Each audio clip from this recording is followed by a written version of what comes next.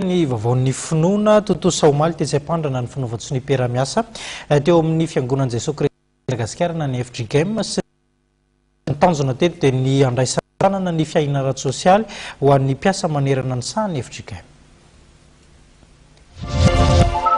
Amin'ny telopolo ny sinode FGM manerana ny Madagasikara ary anjato ny sekoly ankoatran'ny terina maro toy ny SAF FGM ohatra samy mampiasa olona avokoa izany rehetra izany.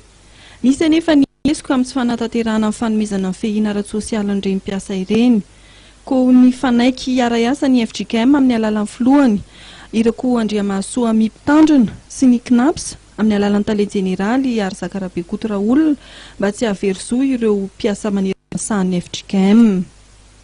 Ny FGM moa mahatonga azy dia araka nambara teo Andro Fiorena ny fahamarinana tena zavatra lehibe amin'ny FGM mihitsy ny fiahinan'ny mpiasa ao aminy satria ireo mpiasa ireo dia mpanompon'Andriamanitra ary ny tenin'Andriamanitra na mpianatra anay manao hoe izay mitory ny filazantsara dia veromy ny filazantsara. Ny fiaraha-miasa amin'ny CNAPS dia tena fankatoavana tsotra ny tenin'Andriamanitra izany satria fanampinanay mba tena hahatonga ireo mpiasa ireo hiasa amin'ny saina milamina tsara mahatsiaro mona misy fiahina ao. Araka ny lalàna velona dia ny CNAPS no miahy ireo mpiasa amin'ny sehatra tsy miankina, ny fampianarana, ny asa an-tsambo, ny sehatra fambolena ary ny fiangonana ary tafiditra amin'izany ny FGM. Voalohany dia fisaorana ny filohan'ny FGM izay nanaiky ny ara-niasa tamin'ny CNAPS ny manam-pahefana rehetra na ara-pitondrana izany na ara-pinoana izany na ara-drazana izany dia tokony votoatiny ny asa manandraikitra izay ataony ny fiahina andreny olona izay madinika ireny.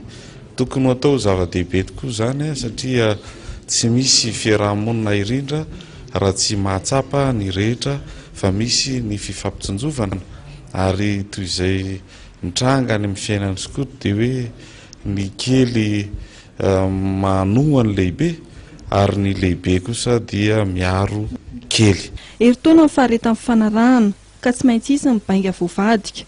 Aorian'ny fiofanana dia anara-maso ny asa avy amin'ny CNAPS tarihan'Andriamatora Soana FDD talen'ny fenitra sy ny fikarohana eo anivon'ny CNAPS miaraka amin'ireo président sinodaly sy ny tompon'andraikitry ny CNAPS tsirairay avy eny anivon'ny sinode 7-30 manerana ny nosy. Hatreto ny fotoanan'ny fampitam-baovao tompolasy tovokovavy ankasitrahana ianao nanaraka izany hatramin'ny farany mitoetrany ny fandarana eto amin'ny fahitalavitra Maty TV fa mametraka ny veloma mandrapitafa kosa ao manaraka indray veloma tompoko.